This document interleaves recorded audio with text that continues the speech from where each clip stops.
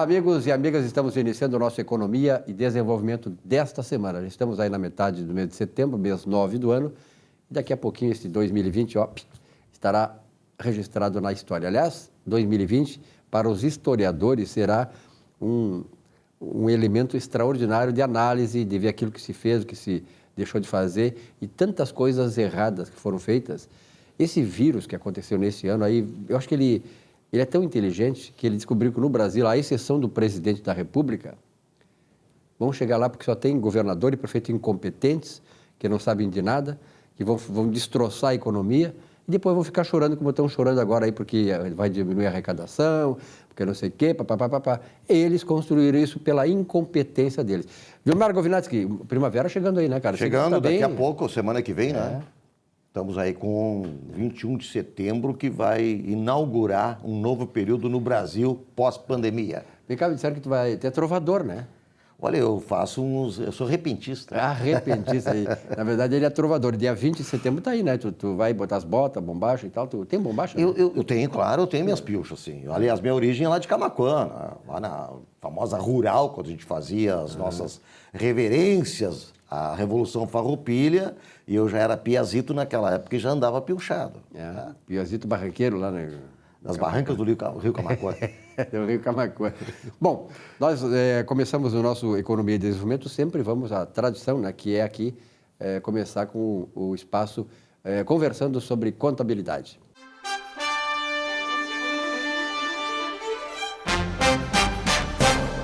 E nesse espaço, né, estamos recebendo o nosso conferencista de hoje. Não poderia ser diferente. Conferencista, né?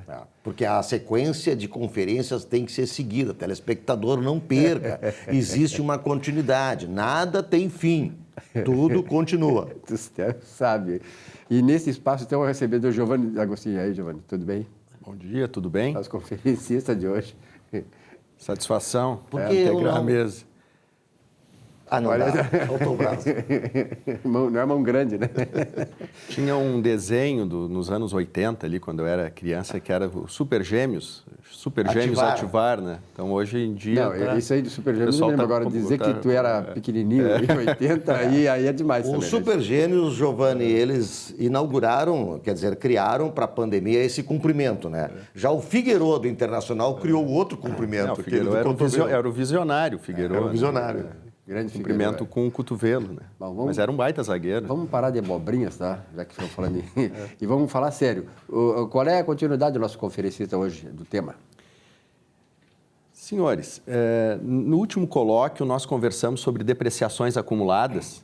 Então, fazer um breve resgate, que a depreciação é a contabilização decorrente da perda do valor de um bem integrante do ativo imobilizado, não é? Um bem corpóreo. Ele vai perdendo valor pelo uso, pelo tempo, pelo desgaste, enfim. E essa perda do valor desse bem, ele é contabilizado numa conta segregada do próprio ativo imobilizado, né? Uma conta credora do ativo imobilizado, contra uma conta de custo ou despesa dentro lá da demonstração do resultado do exercício. Então, dando continuidade à explanação, hoje nós vamos falar sobre os aspectos fiscais da depreciação contábil, não é? Esse aspecto fiscal, ele traz um enfoque nas melhorias de índices contábeis e também na redução do pagamento do imposto de renda e da contribuição social para as empresas que apuram esses tributos com base no lucro real. Então, é a contabilidade sendo utilizada em favor da empresa, não é? O tema é intrigante e ele é muito importante, especialmente para aquelas empresas que concentram aplicações no ativo imobilizado. E existem, de fato, alguns ramos da economia que necessitam concentrar aplicações nos bens do ativo imobilizado para conseguir operar, né? Vou dar aqui um exemplo, as transportadoras. Não é? As transportadoras precisam ali ter uma frota de caminhão ou de ônibus, e essa frota e esses bens, eles são bens de alto valor. Então, nós temos ali exemplos de algumas empresas que concentram, muitas vezes, 80% das aplicações no ativo ali no imobilizado. Logo, a depreciação é um dos maiores insumos que repercute no lucro ou no prejuízo das atividades dessas empresas. Nesse contexto, então, senhores, é importante que a empresa faça um planejamento decorrente da depreciação para ter melhores resultados. Muito bem. Recentemente foi alterada a legislação fiscal que trata, inclusive, das depreciações. Então, o que acontece? A Receita Federal, através de instrução normativa, através de ato administrativo, ele estabelece as taxas máximas de depreciação utilizadas, as taxas anuais máximas, para os fins da dedução da depreciação no imposto de renda e na contribuição social sobre o lucro das empresas. Então, nós vamos ter lá, especialmente a Instrução Normativa 1700, se não me falha a memória, dentre um dos anexos, tem um anexo que relaciona diversas mercadorias e a taxa de depreciação acumulada. Então, vamos voltar no nosso exemplo, que seria o exemplo das transportadoras. Para os ônibus, por exemplo, a taxa de depreciação anual é de 25%. Então, para os fins fiscais, a empresa lhe é possibilitada fazer uma depreciação de um ônibus novo para que esse ônibus seja totalmente depreciado em 4 anos. Perfeito? Todavia, a gente sabe que um ônibus, em tese, ele é utilizado por mais tempo nessas empresas. Então, vamos imaginar, num critério de razoabilidade, que um ônibus seja utilizado por uma empresa, na grande verdade, em 10 anos, e não em 4 anos. Seria a vida útil dele. Seria a vida útil dele, né? Muito bem, nesse nosso exemplo, na contabilidade societária, nada impede da empresa utilizar ali a taxa de 10% ao ano de depreciação desses ônibus, que vai ali implementar a vida útil em 10 anos. Então, na nossa contabilidade, nós temos um dos maiores insumos, é a depreciação dos ônibus. Então, com uma taxa de 10% ao ano, nós vamos, ao invés de 25% ao ano, nós temos uma redução contábil da depreciação de 150%. Então, a empresa pode ter lucro, né? Ela pode ter lucro no período, mas não necessariamente vai pagar imposto de renda. Porque, para os fins fiscais, nós podemos utilizar a taxa máxima de depreciação admitida pela Receita Federal de 25%. E essa diferença, ela é controlada, ela pode ser controlada, se houver a diferença, ela deve ser controlada num livro, que o nome é Livro de Apuração do Lucro Real, né? O famoso LALUR, não é? Então, nesse nosso exemplo, implementando esse planejamento fiscal e contábil acerca da depreciação dessas empresas, nós vamos ter melhorias nos índices contábeis, porque os valores residuais dos nossos ativos serão maiores na relação com o patrimônio líquido, que também será maior porque a empresa, muito provavelmente, utilizando uma taxa de depreciação menor, passa a ter lucro, por exemplo, ao invés de prejuízo, ou um lucro maior ainda, não é? Então, nós vamos ter os índices contábeis melhores, que vai propiciar, muitas vezes, a empresa participar de uma licitação, que as licitações estabelecem lá nas habilitações, muitas vezes, a apresentação dos balanços e a aprovação nos índices financeiros e econômicos, como também na questão dos financiamentos. Porque essas empresas, muitas vezes, precisam de financiamento até mesmo para adquirir outros bens de grande valor. E os bancos, as instituições financeiras, exigem os balanços dessas empresas para fazer a análise dos índices da saúde financeira para propiciar um financiamento, muitas vezes, com juros menores, né? Então, sobre o aspecto dos índices contábeis, né, que traz ali alguns benefícios nas questões acerca das licitações e financiamento, e também, fazendo esse planejamento, a redução dos desembolsos financeiros com o imposto de renda e com a contribuição social, tendo em vista a aplicação, né, na maior plenitude, digamos assim, das possibilidades fiscais para conseguir a redução do encargo tributário. Que legal. Giovanni, tu tens, na empresa, geralmente, tem 2 tipos de bens, que são os bens de consumo, ferramentas, aquelas coisas assim que rapidamente se deterioram, rapidamente tu tem que substituir, enfim, eles acabam, né, em pouco tempo. E tu tem os bens de produção, que são aqueles que têm mais essa longevidade e tu aplica toda essa situação de depreciações, etc. Como é que a empresa trata, como é que a empresa pode tratar? Porque quanto mais ela trouxer para o bem de produção, mais ela pode utilizar esses mecanismos aí de ajustes e de apoio. como tu disseste, índice de liquidez corrente, índice de endividamento, tudo isso ajuda em participações de licitação. Como é que a empresa, qual é o limiar de dizer assim, não, isso aqui é bem de consumo, isso aqui é bem de produção, eu posso trazer para cá para o ativo para patrimonializar esses bens? Pois então, a legislação fiscal, ela possibilita a contabilização diretamente na despesa de aquisição de bens que, em tese, poderiam integrar o ativo imobilizado, né? Então, quais são os principais pressupostos para que a empresa o considere o custo de aquisição diretamente na despesa sem ativar? 1 ano de vida útil ou mais e o valor unitário R$ 1.500, né? É claro que desde que se a empresa necessita, no caso que o senhor havia comentado acerca das ferramentas, se a empresa precisa para o uso e a manutenção da atividade de um conjunto de ferramentas, então esse conjunto ele é basicamente considerado como um todo, não é? Porque se faltar uma peça ou outra peça, não consegue utilizar esse conjunto de ferramentas.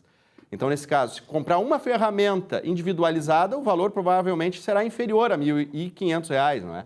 Consegue para o patrimônio. Mas se adquirir o conjunto das ferramentas, então, nesse caso, a vida útil dessas ferramentas, em tese, se for superior, estimado, se for superior a 1 ano, e o valor desse conjunto de ferramentas for superar o custo de compra de R$ 1.500, então aí, nesse caso, a gente ativa essas ferramentas e utilizamos o critério de depreciação para a contabilização e redução dessas quantias na demonstração do resultado do exercício. Muito bem. Giovanni, muito obrigado. Acho que foi para o empresário que está começando, quem está no meio empresarial, aí foi muito esclarecedor essa colocação aí do nosso conferencista. Obrigado, uma boa semana. Uma boa semana e fiquem com Deus. Nesse espaço, conversando sobre contabilidade.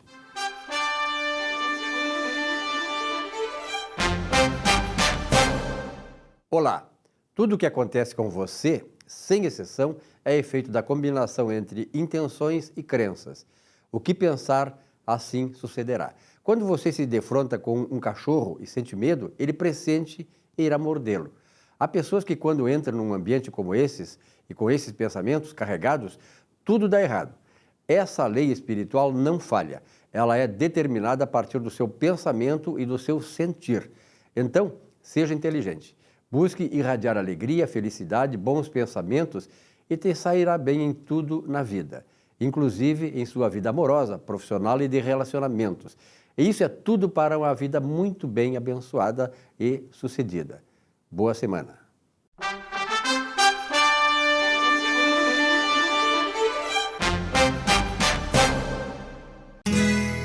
Ser gaúcho é preservar as tradições, é valorizar a educação e acreditar que um futuro melhor nasce nas páginas de um livro. É nossa tradição trabalhar duro. Temos orgulho do suor que escorre do rosto. Ele reconforta a alma e sedimenta uma vida digna. É nossa tradição valorizar o passado para desenvolver o futuro. CMPC Celulose Rio Grandense. Desenvolvimento é a nossa tradição.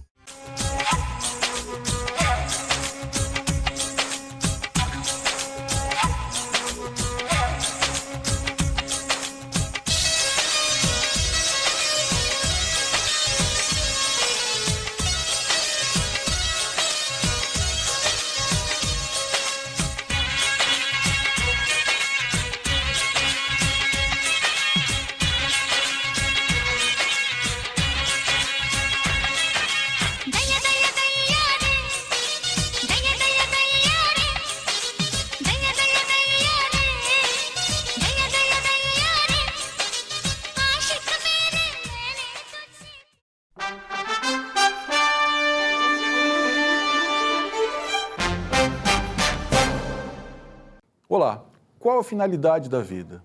Podemos entender a vida num triângulo, onde o alicerce está a liberdade física e emocional.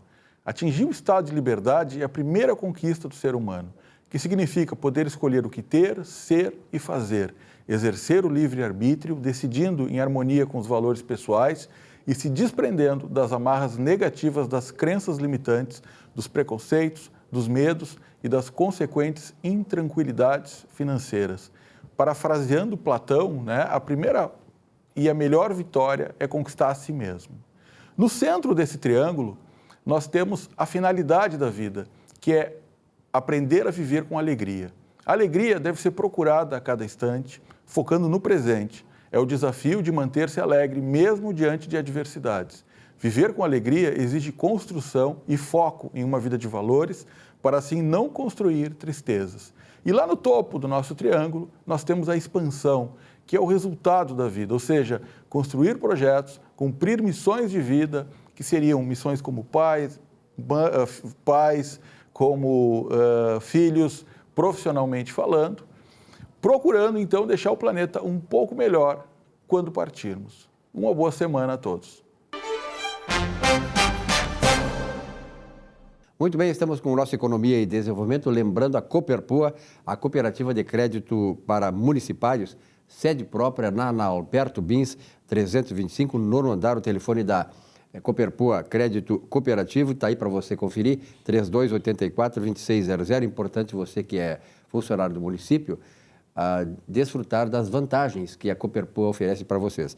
Nardon Inazzi Auditoria e Consultoria, 60 anos, grande empresa, já todo o país e fora do Brasil, já tem clientes gerando resultados e credibilidade para esses seus clientes.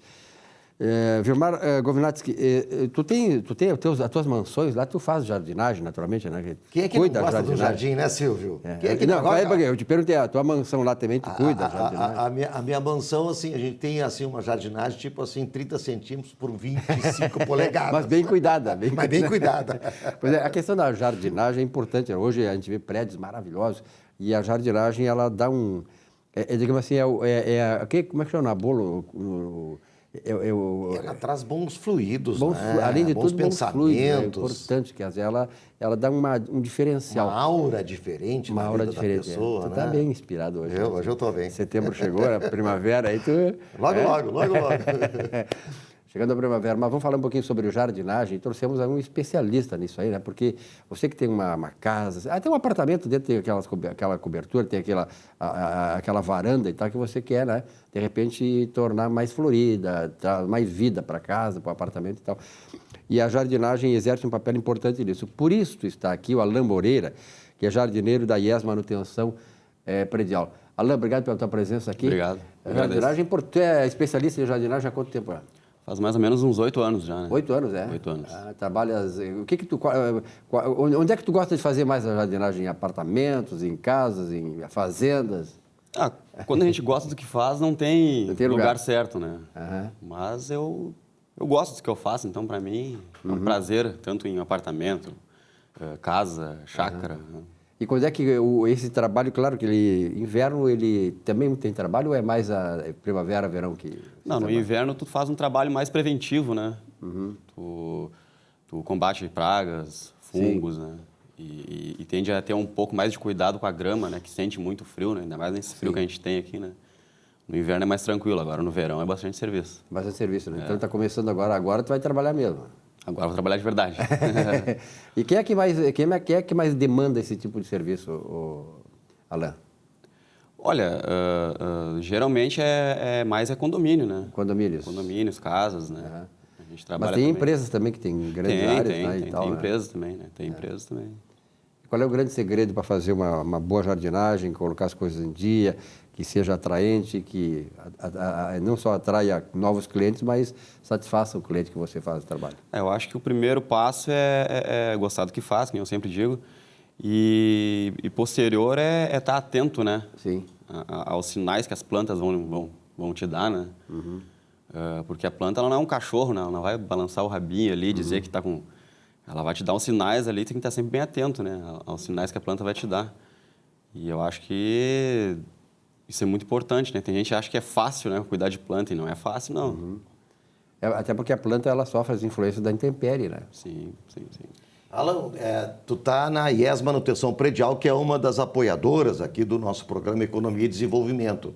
Essa jardinagem dentro da IES, ela começou recentemente? Quanto tempo faz? Foi dentro da pandemia? Foi dentro dessa situação toda que nós tivemos de isolamento? Talvez as pessoas até com isso tenham também mais tempo para curtir os seus jardins. Conta um pouquinho essa história, como é que tu estás dentro da IES há quanto tempo e como é que tu vê o desenvolvimento dos trabalhos dentro da IES, por favor. Bom, eu sou parceiro da IES já vai fazer uns 5 meses, eu acho, e não tem assim, como é que eu vou dizer, nenhuma complicação, né? Como tu perguntou para mim agora há pouco, em razão da pandemia, né, as pessoas realmente têm mais tempo de cuidado do seu jardim e em razão disso a gente está tendo bastante demanda quanto a isso, né? As pessoas em casa, né, elas começaram a observar mais as coisas, né? A Por exemplo, natureza, os exatamente. relacionamentos, né? Onde o prédio onde eu moro, tu sabe, aqui no bairro Menino Deus, nós fizemos um trabalho com vocês, com a IES, e realmente ali, Gilmar, tu pode ver o seguinte, tem pessoas que passam ali na frente do prédio e elas ficam paradas olhando, não o prédio, olhando a obra de jardinagem. Então, eu sempre digo assim que a jardinagem, eu acho que sempre ela é o tal de bolo na cereja. A cereja no bolo, né? A cereja no bolo. Quer dizer, tu tem o bolo lá, tal, que é o prédio, e bota uma cerejinha ali que chama a atenção. E o que tu recomendaria agora? Digamos assim, nós estamos chegando na primavera, dia 21 de setembro começa a primavera. O que tu recomenda, assim, dentro das folhagens, dentro das flores, dentro de todo esse elenco aí da botânica que tu conheces, né? Para as pessoas terem uma primavera bonita, radiante, o que tu recomenda em termos de folhagem ou de flores mesmo? Florida, né? Sim, eu em especial gosto de muito colorido, né? Tem gente que já gosta mais de um paisagismo mais verde e tal. Eu gosto muito do colorido. A gente está chegando agora na primavera, então tem bastante florzinhas aí, né? Como Amor Perfeito, né? Tagetes. E esse colorido, que tipo de... Tem nomes essas vegetações aí que tem flores coloridas. Dá algum exemplo aí para a gente ter alguma ideia, por favor. O pessoal gosta muito da bromélia, né? Bromélia. Da bromélia. A grama preta está sendo muito utilizada agora, apesar dela ser verde, né? Mas ela é usada mais no contexto de dar um acabamento, né? E tem as plantas internas também, que muita gente não conhece, né? Como pau d'água, ráfia, né? Que são as mais usadas, né? Plantas internas, tu Plantas fala. internas. Quer dizer, tu faz os canteiros nos jardins com aquela ornamentação, pedrinhas, aquela coisa toda, e tu faz também para apartamentos onde iluminação é menos, intensa, na etc. Parte interna, na parte interna. E para apartamento, o que tu recomenda dentro de casa? A mais usada é o pau d'água, né? É. Pau d'água, que é o pessoal que é a mais fácil de se cuidar, né? Sim. E depois o cactus, né? Apesar de ter gente que consegue matar um cactus, né? Mas é bem fácil de se O cuidar cactus também. exige cuidados? Exige. É o que mais exige? Não, o que menos exige. É o que menos É o que exige? menos exige cuidado, porque tu vai molhar ele aí a cada 15, 20 dias, né? É uma planta bem fácil de se cuidar, né? Perfeito. E tem alguma interferência nos edifícios, por exemplo? Lá tem os cachorrinhos também, que todo mundo gosta, né? E eles incomodam um pouquinho lá na... Isso é um problema, né? Carimbar as flores. Isso é um problema por causa que muita gente não sabe o xixizinho do cachorro, ele tem muita ureia, né? Claro. Então as pessoas têm que ter muito cuidado com os cachorrinhos para que ter não muito deixar cuidado. fazer xixi nos canteiros. E é isso? aí, geralmente, mata a planta, né? Sim. Um pouco de cuidado com os cãezinhos. Né? E aí tem mais a formiga, tem mais os insos, né? Sim, tem todas essas questões aí, né? Formiga, xixi do cachorro, inso, fungicida, né? Que dá bastante fungo às plantas, né? Ainda mais as frutíferas, né? Tem que estar cuidando. E a água precisa estar regando, assim, sempre de forma intensa, de forma frequente, ou seja... Isso depende, vai variar de planta para planta. né? Tá. E essa orientação tu dá também para o Sim. cliente, Quando né? a gente vai nos apartamentos, para o cliente em geral, eu procuro sempre passar para ele ali... Quer dizer, não é só plantar, fazer o canteiro. canteiro, orientar o cliente como cuidar também. Sim, orientação como Na cuidar. verdade, eu acho que o trabalho de vocês é um trabalho permanente. Tu produz e mantém a assessoria para o cuidado cliente, também. isso. E aí, trabalha só em Porto Alegre, porque ela é uma empresa de Porto Alegre, né? Sim. Trabalha só em Porto Alegre ou também pode... A princípio só em Porto Alegre. É? A princípio só em Porto Alegre. Perfeito. Então, eu acho que é isso aí, né? Tem alguma pergunta mais, Gilmar? O que tu recomenda para as pessoas, assim, em termos de cultivar e cultuar os seus jardins? É importante ter essa... Assim como a gente tem com os animais, aquela situação de interação, as plantas também sentem a interação da pessoa? Sente. E o que tu recomenda para as pessoas? Ficarem contemplando, conversar com as folhagens ou passar reto? Conversar eu nunca conversei. Não, né? não, também não chega tanto, Há quem né? diga que elas entendem, né? Mas eu recomendo sim, porque é uma terapia, né? É uma terapia muito bom, né? Cuidar de planta, né? E mexer com a terra ali. Mas eu recomendo porque faz muito bem cuidar de planta. É muito bom. Essa coisa interessante que o Vilmar colocou, né? Porque, na verdade, sim, eu li um livro tempos atrás aí, que ele falava exatamente dessa interação do homem com os vegetais, né? Com as plantas. E há uma terapia, inclusive, que mais no Japão, eles fazem muito isso, abraçar árvores e tal. Isso está chegando por aqui, né? Que é uma forma de terapia. Então, na verdade, tudo que é da natureza nos traz paz, nos traz calma, né? Eu acho que é importante isso aí, né, Vilmar? É legal, sim, até porque a gente está saindo de uma situação, né, de isolamento. Né? Precisamos disso, né? Precisamos disso. O Alan, então, eu acho que é importante, já passamos umas imagens, né, desse trabalho que a IES está fazendo, um trabalho maravilhoso que traz vida para uma zona urbana, assim, de concreto, essas coisas todas. Então, isso realmente aviva um pouco mais a nossa natureza, que é a natureza, digamos assim, a natureza global, né, holística, né, o ser humano. Obrigado pelo teu trabalho e lá na IES. Sucesso aí, viu? Obrigado. Parabéns. Vamos colocar aí o telefone, né, para o contato com a IES. Marque, porque a partir de agora começa muito trabalho, né? Principalmente a partir dessa entrevista do Alan, né? Não, isso aí agora vai bombar. Então tá, um rápido intervalo, já voltamos com o nosso Economia e Desenvolvimento. Até já.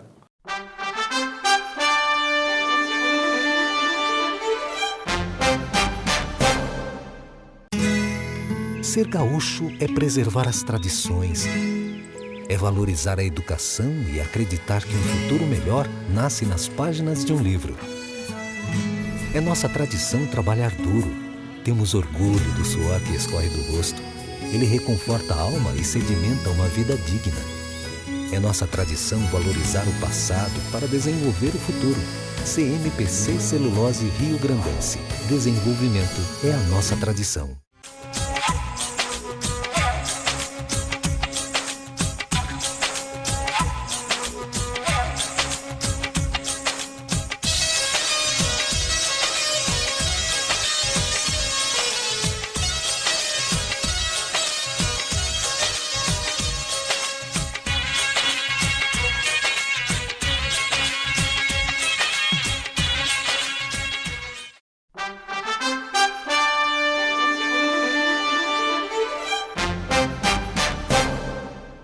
Olá, hoje nós vamos falar um pouco sobre a energia do planeta Júpiter, que entra em movimento direto na metade do mês de setembro e possibilita uma maior esperança, uma maior movimentação, trocas de ideias, trocas comerciais, projetos e sonhos. Depois de um longo período de reformulação de projetos, ideias, muitos bloqueios, a partir da segunda quinzena de setembro, iniciamos um processo gradual de abertura lenta, porém com um impulso de esperança, de movimentação no horizonte. Favorece a nova movimentação e o intercâmbio de ideias, aonde a esperança e a fé voltam a serem sentidas. Este é um momento de acordar a sua confiança, lembrando sempre que você é responsável pela sua energia. Aproveite esta fase para organizar os seus planos e estratégias, de forma a começar um movimento de ação. Um impulso de pensamento estruturado, reavaliação dos seus valores éticos são indispensáveis. A frase de Henry Ford que diz: os dias prósperos não vêm do acaso, nascem de muita fadiga e persistência. Não desista. Tenha perseverança e trabalhe com dedicação e flexibilidade.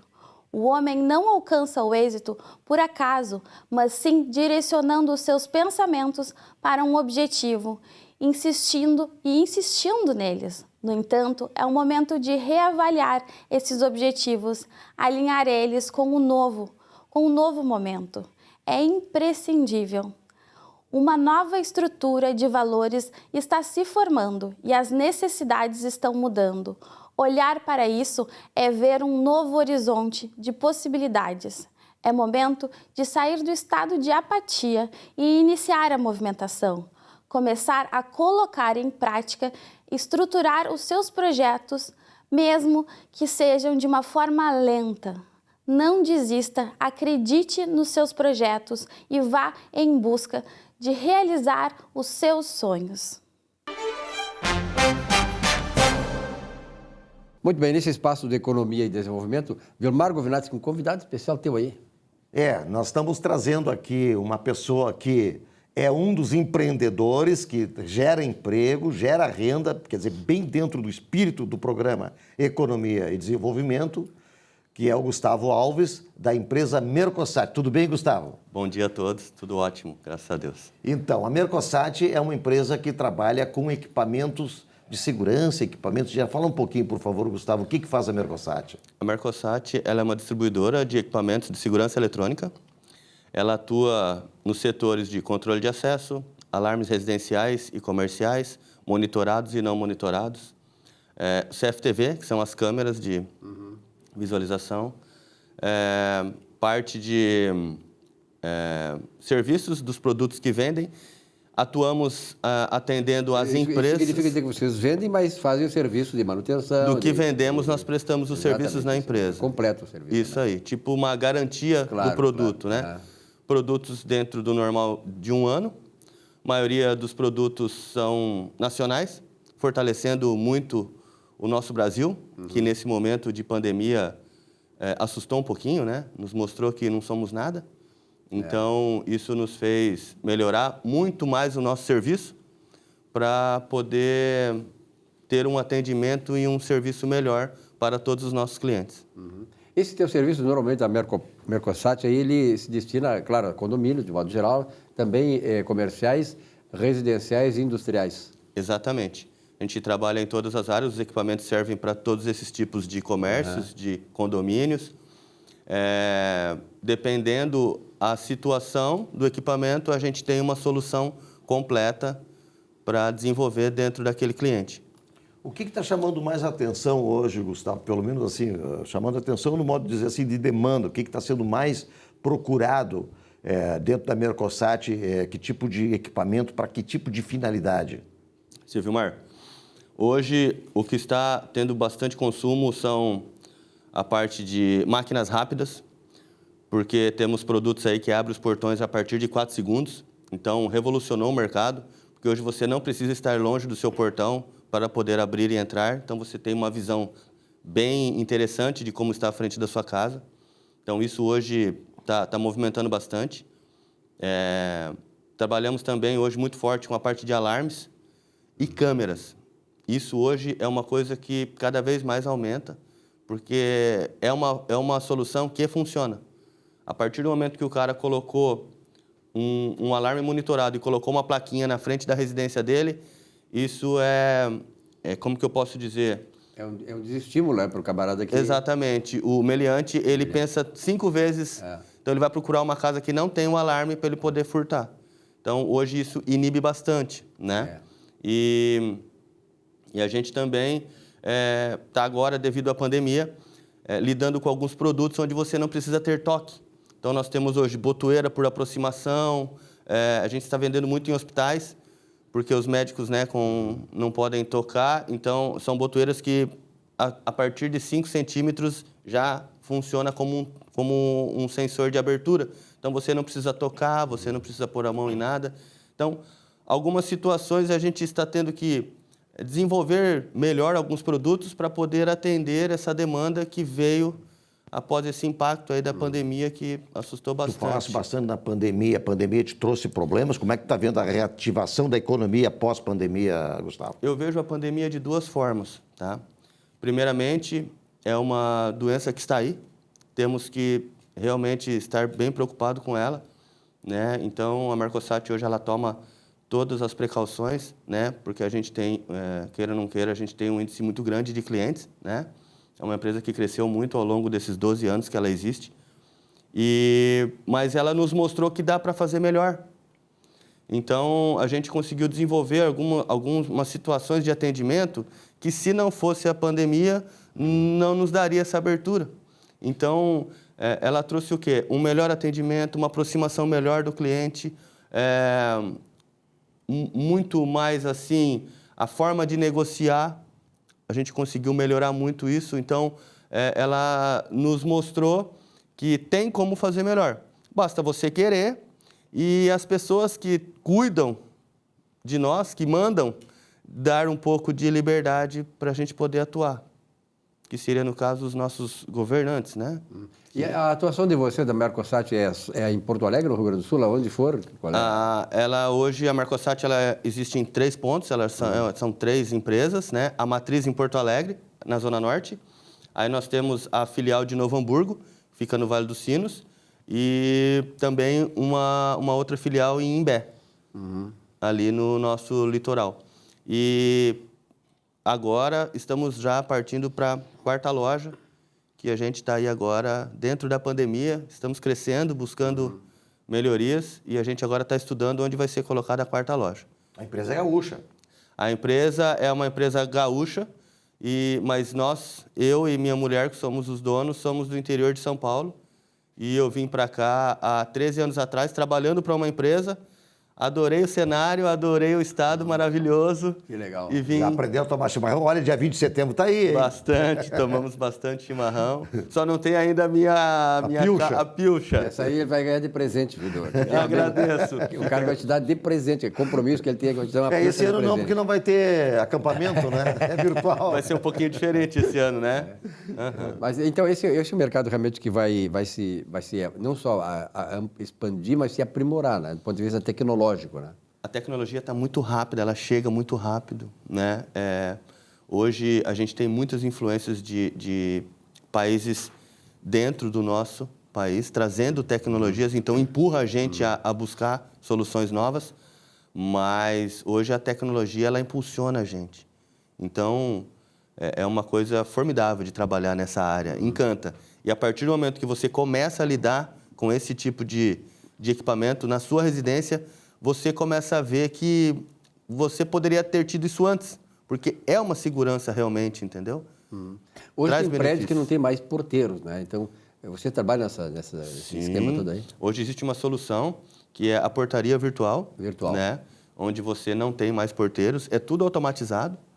E isso traz hoje, além de trazer um custo melhor para o condomínio, que necessita hoje de bons custos, traz também uma solução nova para todas aquelas pessoas que dependem de um serviço. Então, ele está aprimorando cada vez mais aquilo que tínhamos lá atrás, que era uma pessoa.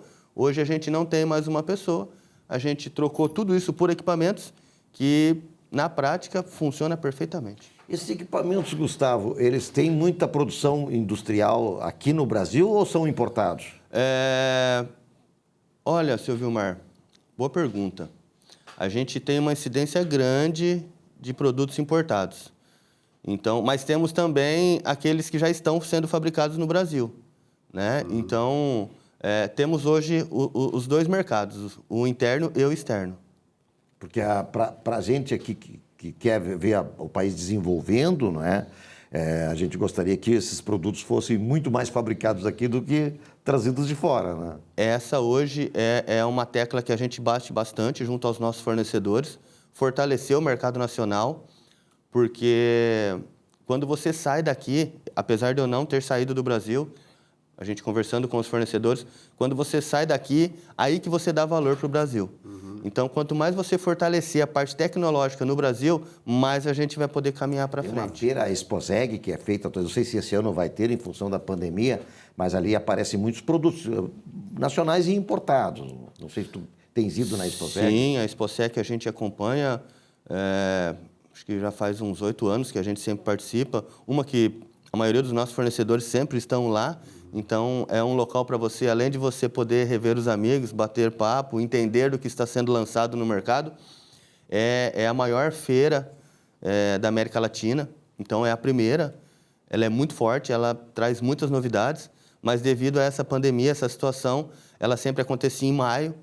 Aí, como ninguém sabia como ia acontecer, não deu para acontecer em maio. Tentaram em novembro, mudaram para novembro, mas também, como ainda não aconteceu uma tranquilidade referente ao vírus, preferiram abortar esse ano e vão rever para o ano que vem. Perfeito. Esse processo que vocês estão sofrendo aí nesse segmento, né, digamos assim, de criação de uma tecnologia nacional, ele vem substituir lá atrás, quem não lembra disso, na década de 80, quando tivemos a reserva de mercado na informática. Ele nos atrasou bastante no Brasil, na questão da informática.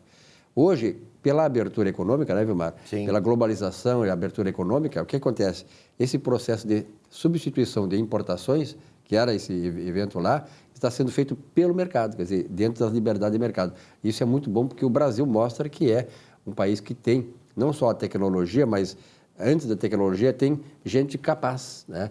Tem o ser humano, quer dizer, a inteligência brasileira é capaz de se, digamos assim, contrapor e disputar o mercado internacional na tecnologia com os países mais desenvolvidos. Exatamente, seu Vilmar. Exatamente. O Brasil hoje, ele é muito forte nessa área, ele está avançando muito e além da gente ser forte também no agro, a gente está começando a mostrar que o brasileiro... Tecnologia total, exatamente. Né? Todas as áreas, né? Que beleza. Todas Esses equipamentos têm muita tecnologia da informação, muita programação, e isso aí é desenvolvido mais nas universidades.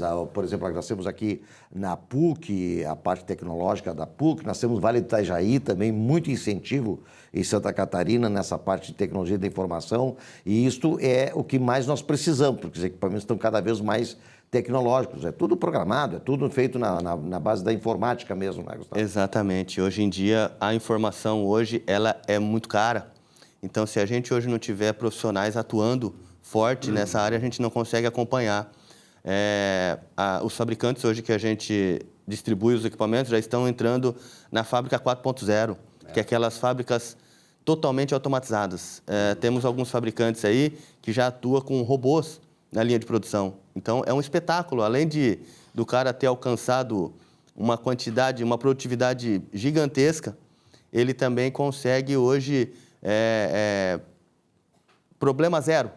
Porque hoje a máquina ela é perfeita.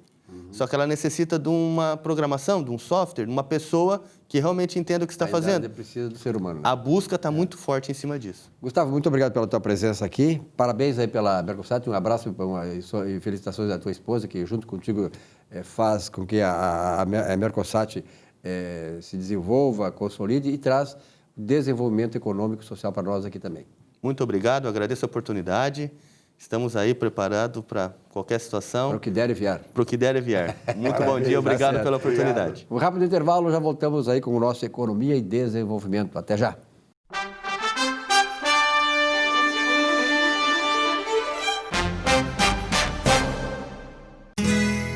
Ser gaúcho é preservar as tradições, é valorizar a educação e acreditar que um futuro melhor nasce nas páginas de um livro. É nossa tradição trabalhar duro. Temos orgulho do suor que escorre do rosto. Ele reconforta a alma e sedimenta uma vida digna. É nossa tradição valorizar o passado para desenvolver o futuro. CMPC Celulose Rio Grandense. Desenvolvimento é a nossa tradição.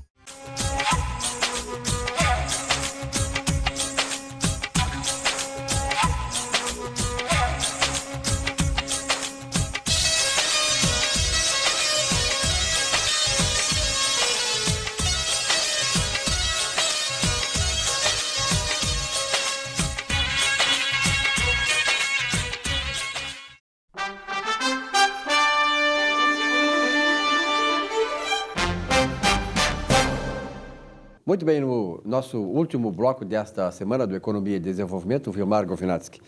Estamos recebendo uma figura querida, afetuosa, amiga nossa, né? É um amigo nosso e que traz sempre muito boas informações e tem também um trabalho fantástico aqui junto ao... Esse é um cara muito bem informado também. Muito bem informado.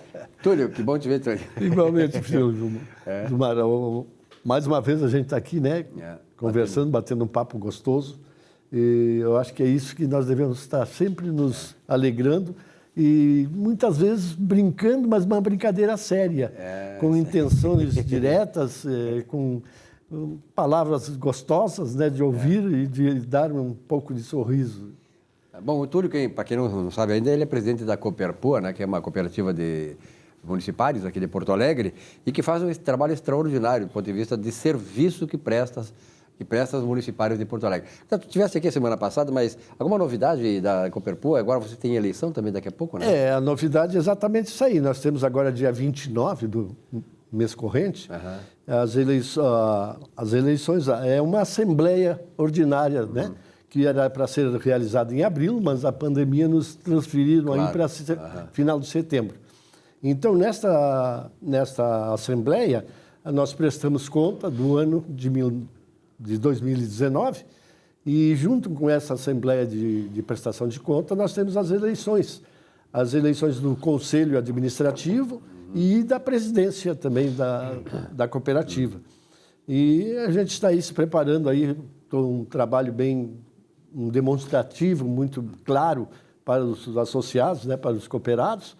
E dia 29 estaremos, então, fazendo essa assembleia.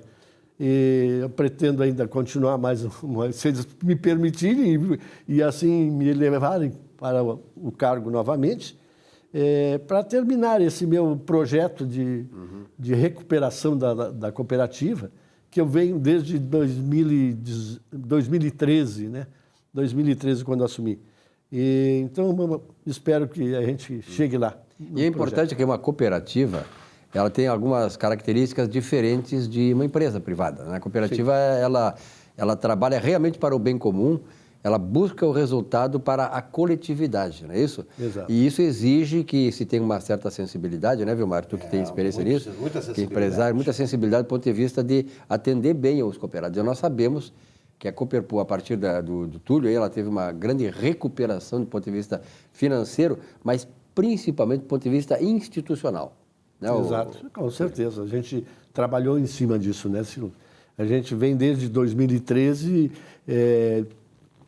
crescendo mensalmente, ano a ano, e graças a Deus estamos chegando naquele projeto inicial, né? Tem uma situação muito importante que ficou marcado na carreira da cooperativa, foi justamente uma reunião que a gente fez com o Banco Central, e que o Banco Central ele achava que não haveria condições de recuperar a cooperativa. E eu pedi 6 meses ao Banco Central. Eles não te conheciam, né? Não me conheciam. Conheciam eu pedi 6 meses. Em 6 meses, se eu não ver uma luz no fim do túnel, eu venho aqui e entrego a chave. E no final dos 6 meses eu tive novamente uma reunião, eu digo, olha, recolho a chave.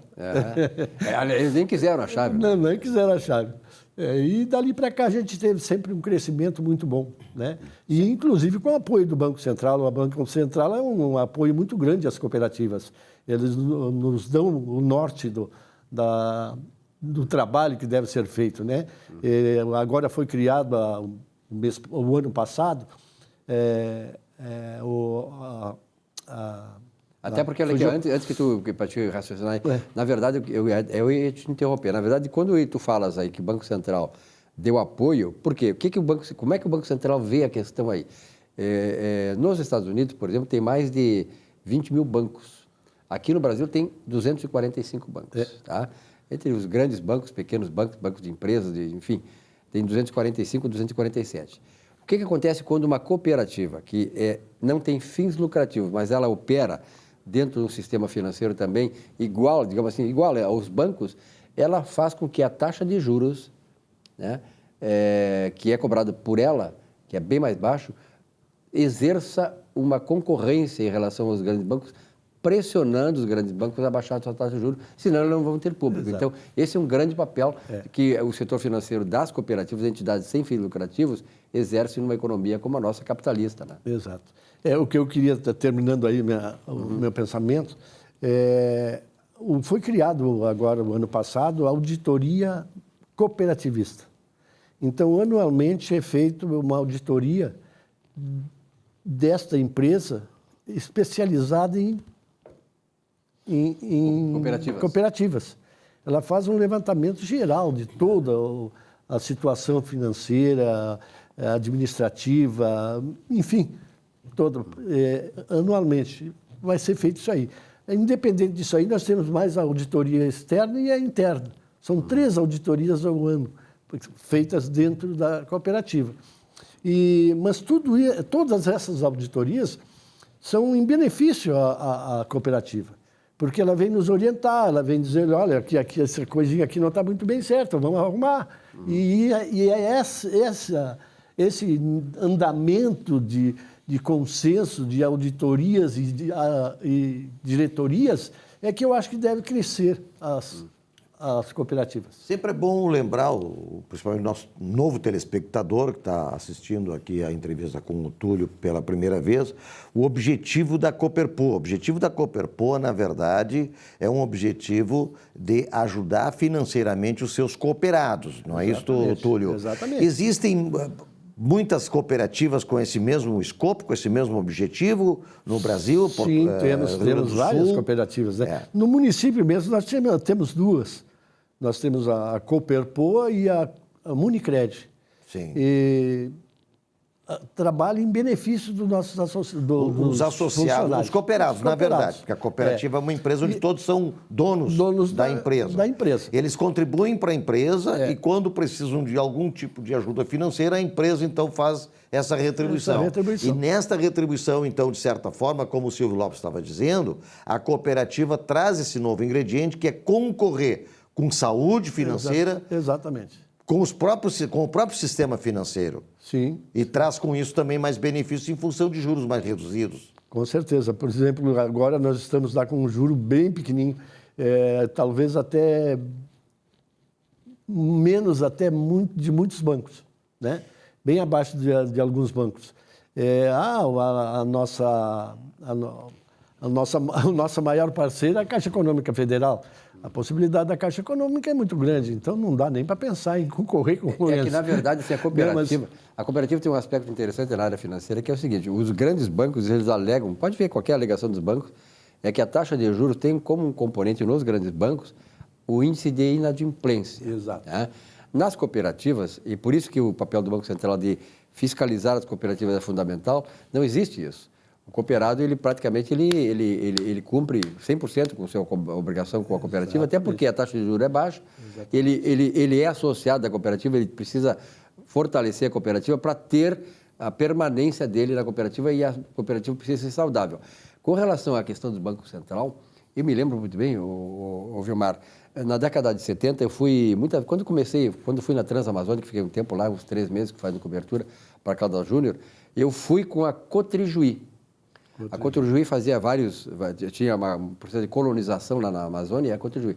O que aconteceu com a Cotrijuí? A Cotrijuí está falida. Bilhões e bilhões de prejuízos, faliu uma cooperativa que era o símbolo do cooperativismo do Rio Grande do Sul. Exatamente. Por quê?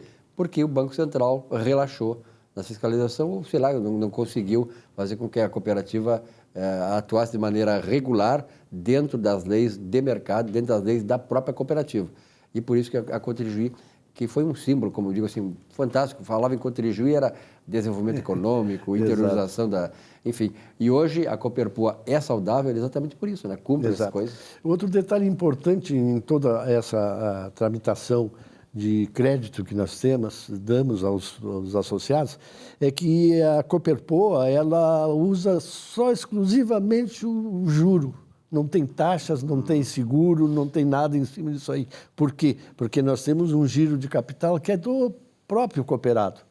Então não temos o porquê cobrar juro dele, cobrar um juro elevado ou algumas taxas referência a isso. O sistema financeiro também muito bem...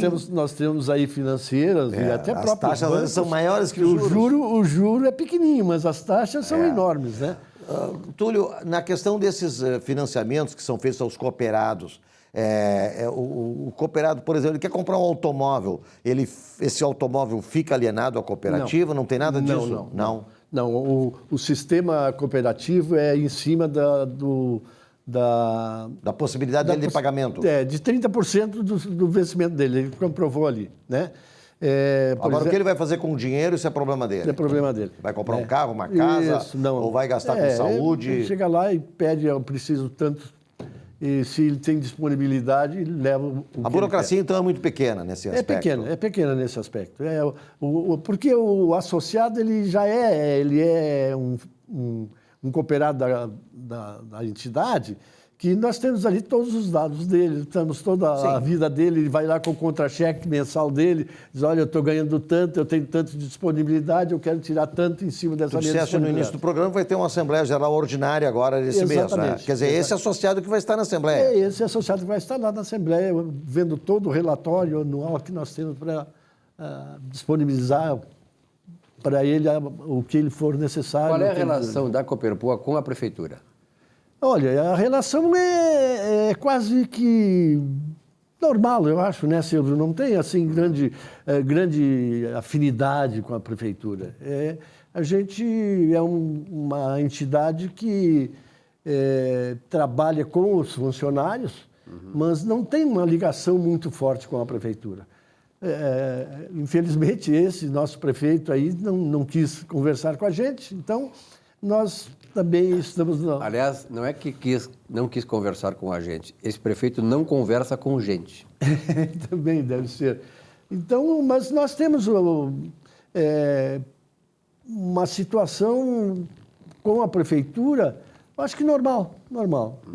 A única situação que nos prejudicou, posso dizer, foi com relação aos 30% que ele passou primeiro, o associado, o cooperado, ele tinha o contra-cheque, ele ganhava 10 mil, tinha 5 mil de desconto e tal, mas os 30% vinham em cima dos 10 mil, né?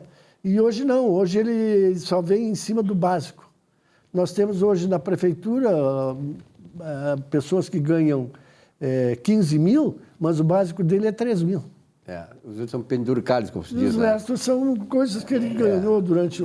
Agendou, foi acumulando durante todo o ano de trabalho. Que é uma coisa que a reforma administrativa do governo federal tenta bloquear. Túlio, um grande abraço, muito obrigado pela tua presença aqui, é sempre bom te receber. Eu tenho que te agradecer pela oportunidade de a gente expor alguns fatos aí. E aqui na reunião do Conselho, lá na reunião da cooperativa em 29, se reconheça esse trabalho todo e se dê um aval para que isso prossiga, porque é preciso ter saudabilidade econômica numa cooperativa dessa para que ela possa prestar bom serviço. Obrigado, Túlio. Eu que agradeço. Nossa Economia e Desenvolvimento fica por aqui. Uma boa semana, até a semana que vem.